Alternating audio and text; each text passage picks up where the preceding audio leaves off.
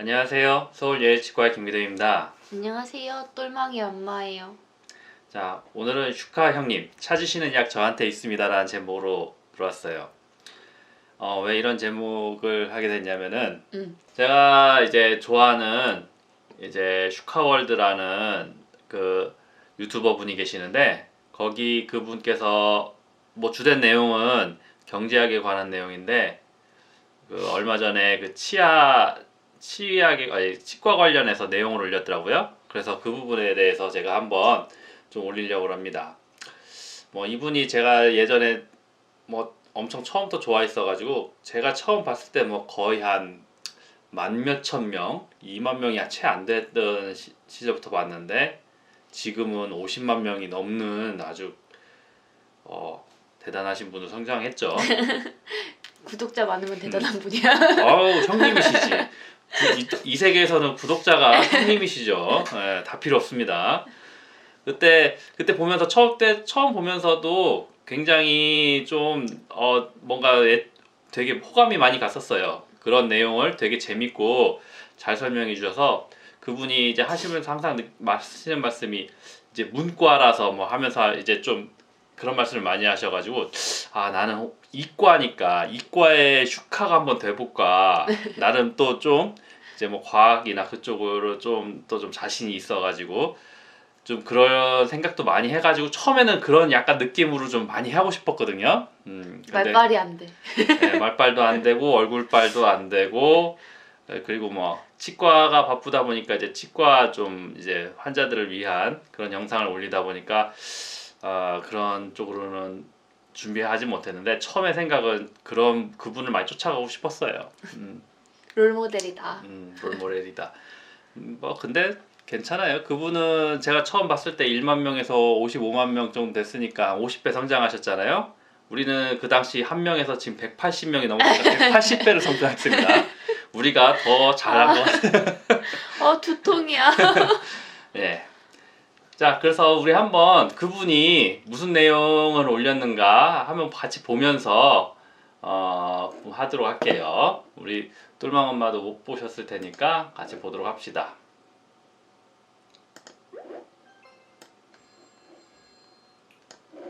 제가 굉장히 관련 있는 내용인데 제가 치아가 별로 안 좋거든요. 그래서 아무리 생각을 해도 지금 치과를 가야 되는데 또 썩었구나. 또 썩었구나. 또 떼워야 되구나 해서 가야 되는데 치과에 가면서 갈 때마다 느끼는 게 치아 우식증이라 그러죠. 여기가 그죠? 썩는 거잖아요. 이렇게 대부분 사람들이 이제 치과 가면 썩어서 가죠. 충치에 제일 관심 있어 하죠. 이걸 볼 때마다 그 생각을 했어요. 아니 아무리 생각을 해봐도 이 이빨이 썩는 거는 균이 한 가지 아닌가 이거? 뭐 장티푸스가 걸리면 장티푸스 균이고 콜레라가 걸리면 콜레라 균이니까 물론 입에는 수백 종 수천 종의 어떤 바이러스 세균이 있겠지만 이 치아를 우식하게 만드는 우리 표현으로 치아를 썩게 만드는 균은 하나가 아닐까. 그럼 이거를 처치하면은 우리가 이빨 썩는 거로부터 해방되지 않을까 이런 망상을 하면서 검색을 해봤습니다. 근데 맞긴 맞대요. 많은 분들이 저런 생각하시죠. 탄스 균이라고. 근데 아니에요? 일단 한줄인 것 같아요. 대강 요겁니다. 대강. 제 입속에 이게 있겠죠 지금. 이것 때문에 지금 치과를 가야 되는데 치카월드라고? 아니 이게 균이 하나면은 이게 입이 몸 안에 있는 것도 아니고 요 균을 박멸할 수 있는 뭐 개발 안 되나? 이것만 어떻게 박멸하면 되는 거 아니야? 입에 뭘 넣어서. 물론 뭐 치아 안에 뭐 깊숙이 있고 뭐 그럴 것 같긴 한데 제가 과학에 대해서는 문성합니다. 무식한 얘기죠. 문성하긴 한데 입안에 있는 이 균만 그래도 없애면 이빨이 안 썩을 수 있다는데 왠지 이것만 없애면은 이거 어떻게 여러분들을 위해서 또 저처럼 치과에 가지 말라고 문과라서 잠깐 설명드리면 이런 거 하시면 안 돼요. 그쵸? 충치가 있기 때문에 여러분들은 이런 거 안 하시기를 강력 권장드립니다. 맞아. 저런 얘기 많았어. 10초만 해도 8천만 마리가 그 상대에게 이동하니까 여러분들은 그래가지고 뭐 이제 애기한테 키스하면 안 된다, 뽀뽀하면 안 된다, 뭐 그런 말 많죠. 무조건 충치가 발생하는 건 아니지만 이걸 하면은 키스를 하면은 충치 생기니까 가급적 키스를 위해서 충치를 예방을 위해서 이걸 안 하는 거를 키스를 위해서. 건강을 위해서 여러분들의 건강을 위해서 제가 추천드리는 거고 그래서 충치가 없다고 좀 검색을 좀 더 해봤어요. 저는 혹시 충치를 없애는 그런 어떤 뮤탄스균 거기에 대한 스타트업이 없을까 이런 걸 검색을 해봤는데 그런 걸 검색하면은 뭐 이런 게 나오더라고. 그런 거에 대한 답이 나오는 게 아니라 화이트데이가 사탕과 얼마 전에 발렌타인데이였죠. 이런 날이 이 충치에 가장 안 좋다. 예, 잘 보셨어요? 네.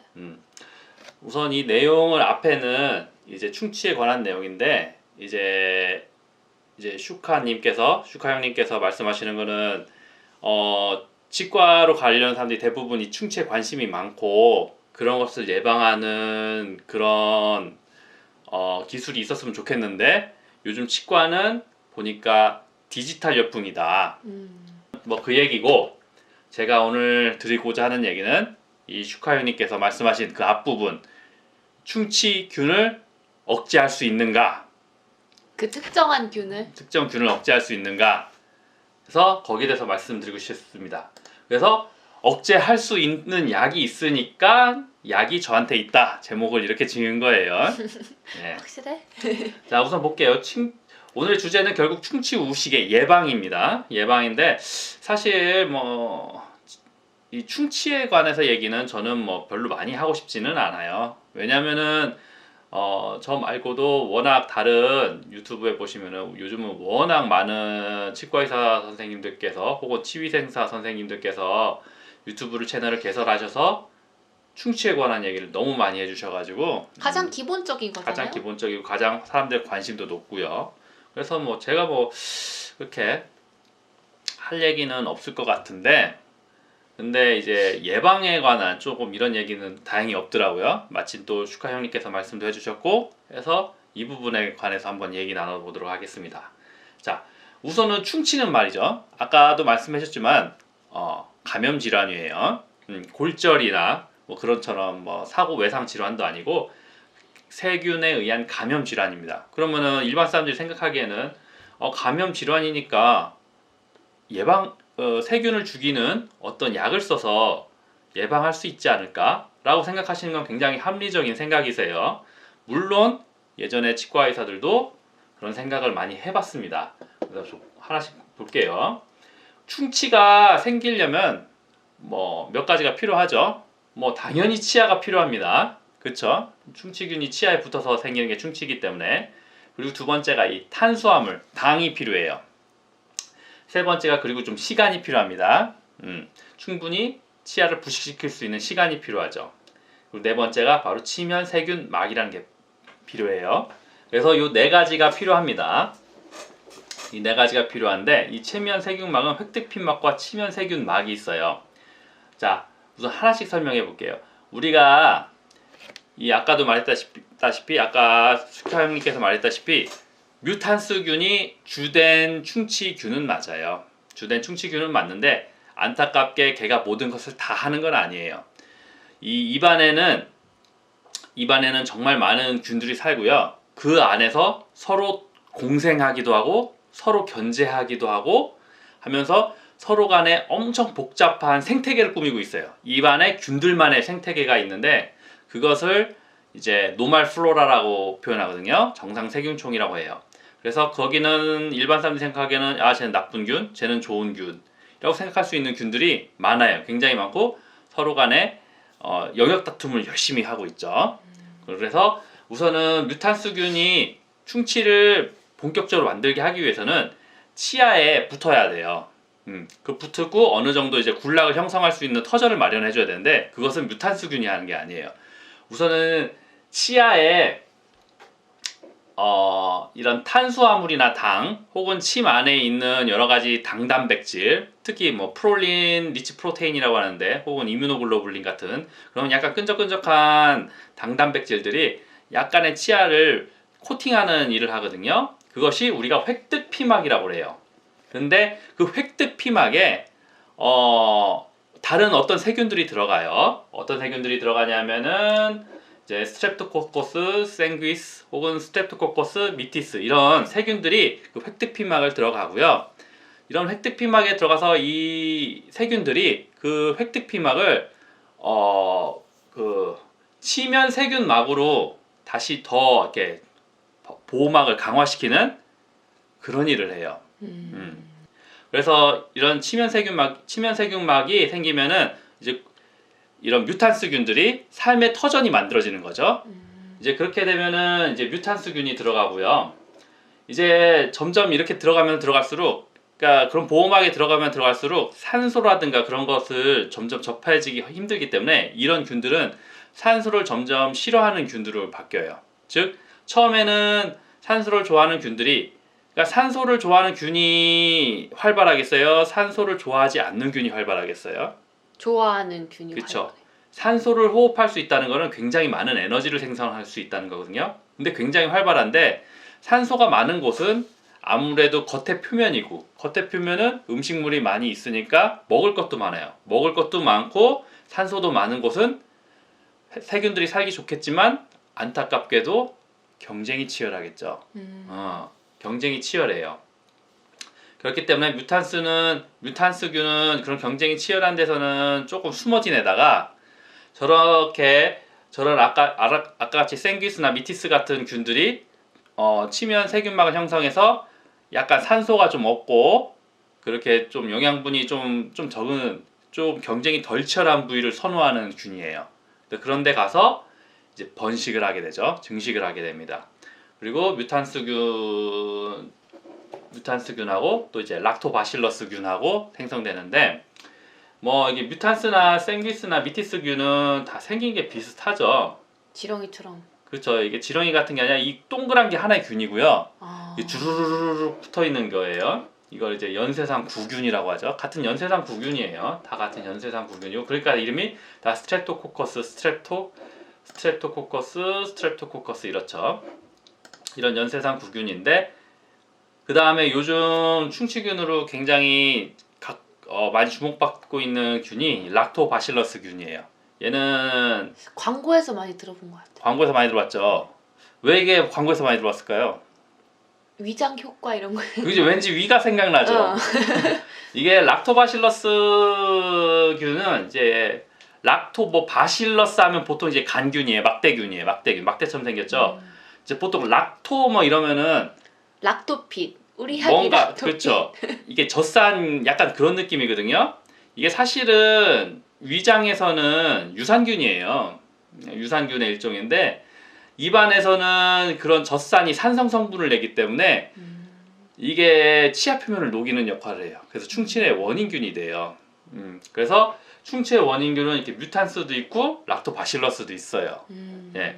그러면은 이 뮤탄스도 나쁜 놈이고 락토바실러스도 나쁜 놈이니까 얘네들을 죽이면 되겠다, 그죠? 이렇게 생각할 수도 있는데 진짜 재밌는 게 아까도 말했다시피 입안에서의 균들은 나쁜 균, 좋은 균 이게 좀 힘들어요. 그 안에 생태계는 굉장히 복잡하거든요. 이 락토바실러스가 충치균이긴 한데 이게 산을 내기 때문에 잇몸에 염증을 일으키는 나쁜 균들을 또 막는 역할을 또 해요. 그러니까 얘네들이 충치를 유발시킨 나쁜 균들이긴 한데 때때로 좋은 일도 한다. 얘네들이 어느 정도 있어야지만 또 정말 나쁜 놈들이 또 우리 몸에서 활기치는 걸 막긴 해요. 뭐 진짜 대표적인 게 곰팡이 같은 거죠. 칸디다라고 하는데, 그래서 정말 얘네들을 뭐 함부로 죽일 수도 없는 게 또 이제 그 정상 세균총 노말플로라는 그 생태계가 너무나 복잡하고 나름대로 질서가 있기 때문에 그 또 질서를 일방적으로 깨는 것은 그 안에서 또 굉장히 안 좋은 상황들이 발생하는 거죠. 그래서 이런 뭐 아까도 말했다시피 이런 노말플로라 정상 세균총은 뭐 여기는 이제 뭐 장내 미생물이라고 하는데 뭐 장도 있고요, 피부도 있고요, 눈에도 있고, 코에도 있고, 뭐 많습니다. 뭐 생식기관에도 있고, 그래가지고 그 안에서의 세균들의 나름대로 그냥 생태계예요. 거기서 꼭 정말 얘는 나쁜 놈, 정말 얘는 좋은 놈 이게 아니라 그 안에서 서로 균제와 견제와 공생을 하고 있는 관계를 우리가 노말플로라고 하는 거죠. 자, 그래서 우리가 딱히 저 뮤탄스 균을 잡아야 될 이유가 없는 거예요. 서로 공생하며 살아가고 그렇죠. 있으니까. 그래서 우리가 좀 봅시다. 그럼 우리가 충치 예방을 위해서는 어떻게 해야 되냐? 뭐 충치 예방에는 최고의 약은 뭐 제일 명약이라고 합니다. 저는 이제 불소. 불소도포하러 가라고.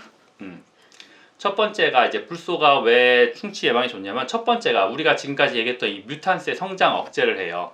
직접적인 성장 억제를 합니다. 이것을 정균 작용이라고 하는데 항생제는 두 가지 이유가 있어요. 정균 효과가 있고 살균 효과가 있거든요. 살균 효과라는 건 그냥 진짜 그 세균을 죽이는 걸 살균 효과라고 하는 거고, 정균 효과라고 하는 건 직접적으로 죽이지 못하지만 그 균이 더 이상 파급되지 않게 좀 이렇게 제어해 주는 걸 정균 효과라고 해요.